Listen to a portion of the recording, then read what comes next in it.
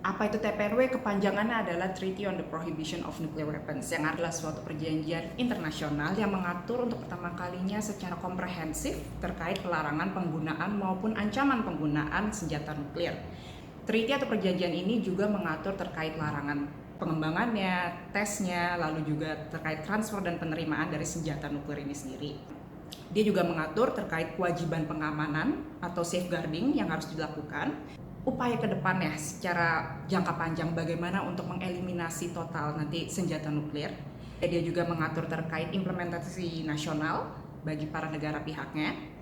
Dia juga mengatur terkait bantuan terhadap korban dan aspek lingkungan, dan juga mengatur terkait hubungan-hubungan atau kerjasama dan bantuan yang bisa diberikan oleh masyarakat internasional lainnya.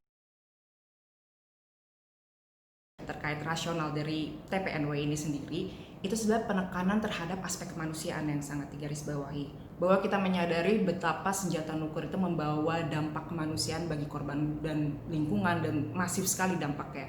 Sehingga akhirnya TPNW ini lahir untuk mengantisipasi dan mengatasi permasalahan-permasalahan tersebut, termasuk juga karena dia mendasarkan terhadap prinsip-prinsip dari hukum humaniter internasional. Pertama-tama mungkin harus kita aplaus dulu. Ini momentum yang sangat-sangat historis karena akhirnya lahirnya keberlakuan dari perjanjian internasional mengatur terkait pelarangan senjata nuklir. Dan mungkin kalau mengutip pernyataan dari Presiden ICRC, Bapak Peter Maurer, yang menyatakan bahwa memang visinya ini ke depannya ini akan mengimpikan suatu dunia yang akan lahir tanpa senjata nuklir. Terdapat beberapa kewajiban yang memang harus dilakukan oleh negara pihak dari TPNW ini. Yang pertama tentu kewajiban untuk tidak melakukan apa yang dilarang oleh TPNW tadi, penggunaan, ancaman penggunaan, tes, pengembangan, dan sebagainya macamnya.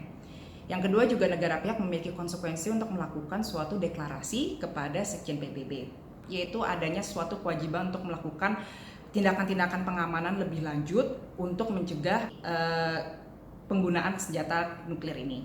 Dan yang keempat sebenarnya mungkin sangat relevan adalah bagaimana implementasi atau penerapan di tahap nasional ya. Ada kewajiban bagi negara pihak untuk lebih jauh menerapkan dalam hukum domestik, termasuk misal hukum pidana dan aspek-aspek lainnya.